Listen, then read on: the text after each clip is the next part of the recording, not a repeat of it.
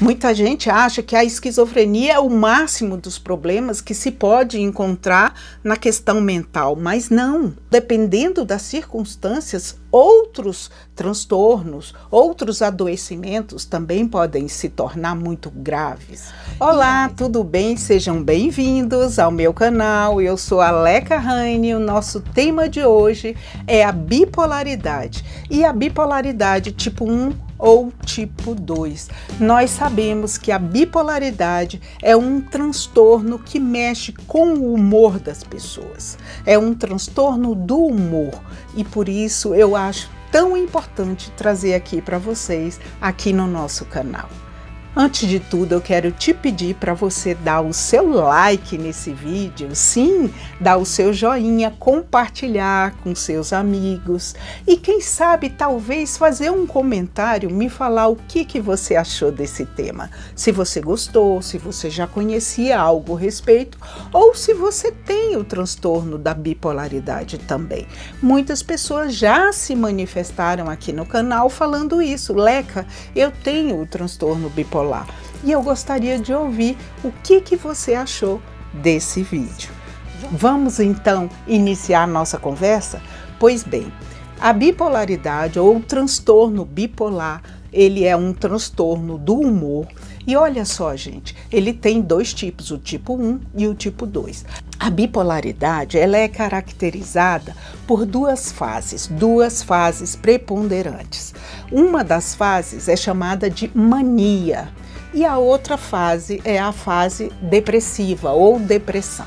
Olha só, gente, a mania, muitas vezes a gente pode erradamente, pela língua portuguesa, achar que a mania é algo leve. Assim, a gente pode diminuir a gravidade dessa fase de mania, achando que se trata de uma mania. A pessoa pega uma mania e aí ela quer fazer aquilo do seu jeito e do seu modo.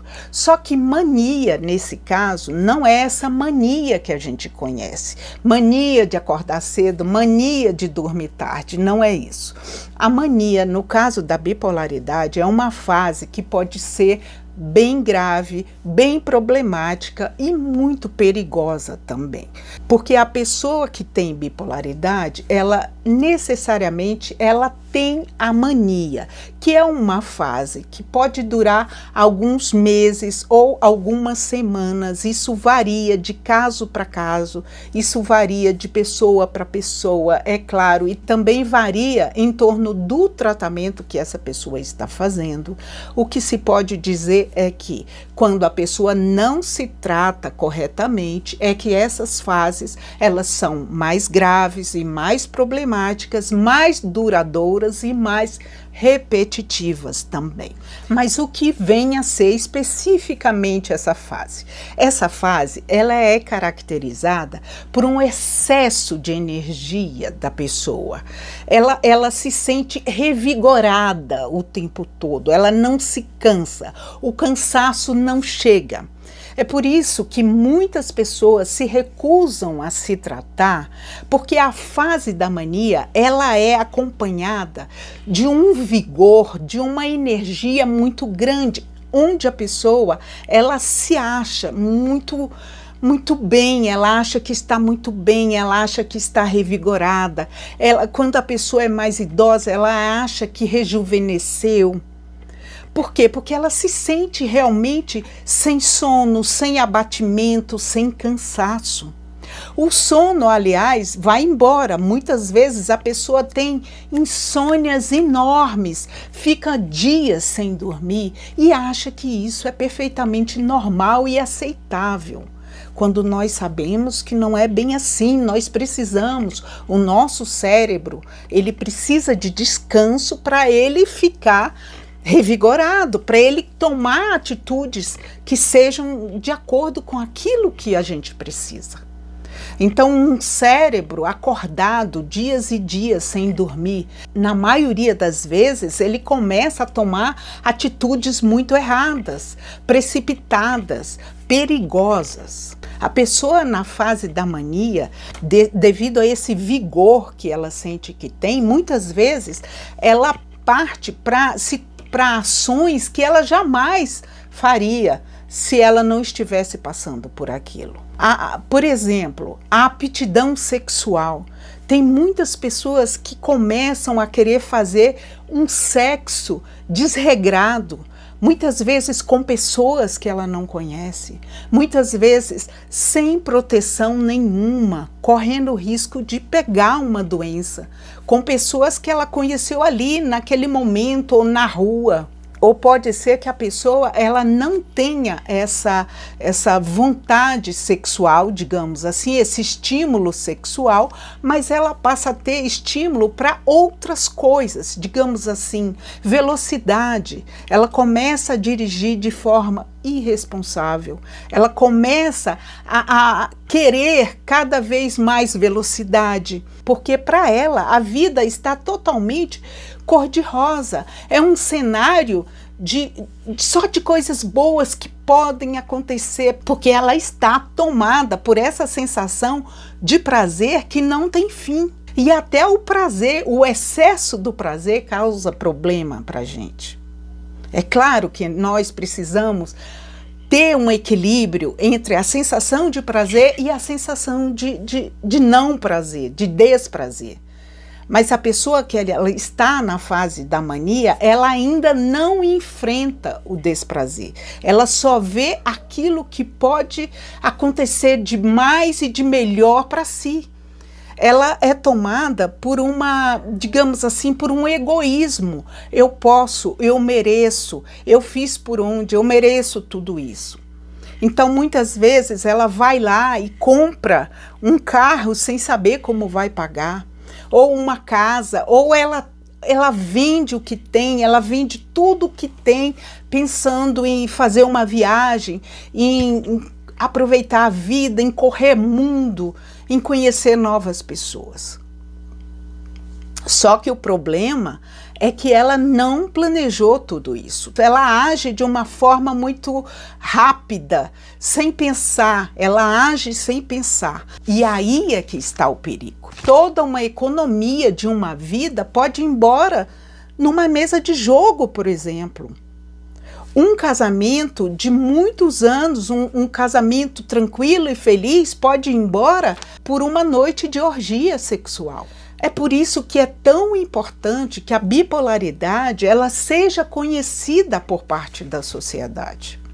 Aqui no canal a gente fala muito sobre esquizofrenia, mas é importante falar sobre outros transtornos mentais que também podem causar tanto ou mais problema do que a esquizofrenia. Muita gente acha que a esquizofrenia é o máximo dos problemas que se pode encontrar na questão mental, mas não. Dependendo das circunstâncias, outros transtornos, outros adoecimentos também podem se tornar muito graves. E a bipolaridade é um deles. É por isso que essa fase de mania ela não deve ser jamais deixada de lado. A gente vê que a pessoa está irresponsável, a gente vê que a pessoa não está se cuidando, que a pessoa está se entregando a orgias, a viagens, a compras desmensuradas.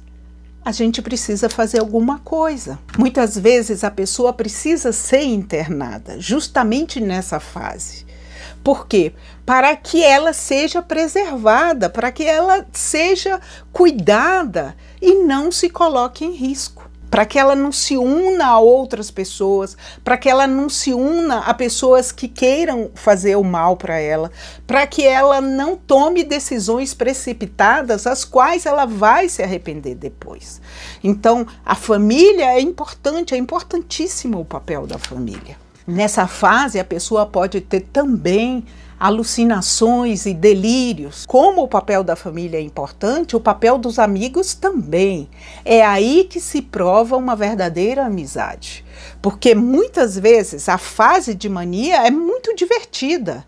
E eu, que me considero amigo ou amiga daquela pessoa, eu estou curtindo muito a forma dela ser, Quando se trata de uma pessoa tímida, então, que começa a beber todas, a querer usar drogas e a querer conhecer pessoas, conversar com as pessoas o tempo todo, e eu vejo que aquela pessoa que eu conheço tão tímida, tão recatada, está mudando, muitas vezes eu quero aproveitar isso também, eu quero aproveitar esse embalo e ir junto. Mas é aí que o verdadeiro amigo se prova, é aí que o verdadeiro amigo deve procurar a família e fazerem juntos alguma coisa por essa pessoa. Olha só, passada a fase de mania, vem a fase da depressão. E é uma depressão que também pode assumir proporções muito graves. Por quê? Porque é o momento da pessoa se arrepender daquilo que ela fez. Então, dependendo dessa fase de mania, do que essa pessoa fez, essa fase depressiva também se torna muito difícil. Sabe? É um risco muito grande deixar essa pessoa sozinha frente à bipolaridade. É um risco muito grande. Por isso, é importante que a gente conheça, que a gente tenha conhecimento, que, gente, quando uma pessoa apresenta um comportamento totalmente diferente do que ela vem apresentando, quando a pessoa mostra uma personalidade totalmente diferente da dela, muito provavelmente tem algo errado. E é preciso que seja feita alguma coisa. Procurar um médico, por exemplo, que possa avaliar essa situação. Vamos então continuar na questão da bipolaridade tipo 1 e tipo 2, que eu falei no início. Até então, tudo que eu descrevi para vocês aqui foi uma bipolaridade do tipo 1. Essa fase maníaca, ela é bem mais exacerbada. Na bipolaridade tipo 2, existe também a fase da mania, só que ela é chamada de hipomania. Ela é uma mania menor, ela é, digamos assim, uma mania mais branda. A pessoa se sente energizada também, mas ela não entra em uma insônia completa. Digamos assim, que ela se sente feliz, bem e disposta, mas ao mesmo tempo ela não perde, digamos assim, o pé no chão. Ela sabe que é importante continuar indo trabalhar. Ela sabe que é importante exercer as suas tarefas.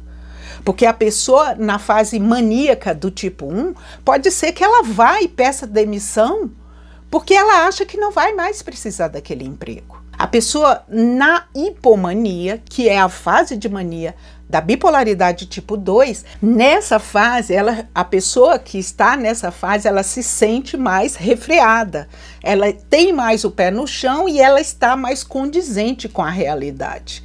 Embora realmente isso aconteça, essa fase maníaca aconteça. E essa fase, quando passa, aí é que mora o problema. A fase depressiva, ela pode ser maior, veja bem, do que a fase depressiva da bipolaridade tipo 1. Então, essa fase depressiva, ela pode trazer algumas consequências graves e que é preciso também um diagnóstico, é preciso que essa família possa ajudar, que os amigos ajudem, porque essa pessoa, ela não pode ser deixada sozinha, ela não pode ser deixada a bel prazer sem tratamento. A depressão pós-fase hipomaníaca, ela pode ser muito grave e ela pode acarretar prejuízos severos e ela pode acarretar prejuízos que não têm retorno. E quando eu falo isso aqui no canal de prejuízos que não têm retorno, eu estou me referindo ao suicídio, ao autoextermínio, quando a pessoa extermina a própria vida, que é sim e pode ser característico da depressão, de toda e qualquer depressão e também da depressão no caso da bipolaridade, seja tipo 1, seja tipo 2. Por isso que a bipolaridade, o transtorno do humor, ele precisa ser conhecido da sociedade. ele precisa ser conhecido pelos profissionais de saúde. Ele precisa ser conhecido reconhecido para que as informações se disseminem, para que um colega de trabalho, para que um pai, uma mãe, para que um professor saiba como agir diante de uma pessoa, de um aluno, de um amigo, de um colega que está passando por essa situação. Lembrando que o tratamento, gente, ele é medicamentoso, ele também é psicoterápico, existe tratamento. E quando a pessoa adere a esse tratamento, essas fases, elas diminuem bastante. A ocorrência desses episódios de mania diminui, a ocorrência dos episódios de depressão, que são sempre seguidos, essa depressão ela é seguida desses episódios, ou de mania ou de hipomania, esses episódios diminuem bastante, o conjunto desses episódios diminui bastante, graças à medicação e aos cuidados que a pessoa venha a ter. Então é um adoecimento crônico, mas é um adoecimento que tem um tratamento e é um tratamento que vem surtindo bons resultados. Ainda mais quando a pessoa se empenha, sabe, em não passar novamente por essas fases, que, como eu falei para vocês, podem se tornar muito graves e muito perigosas.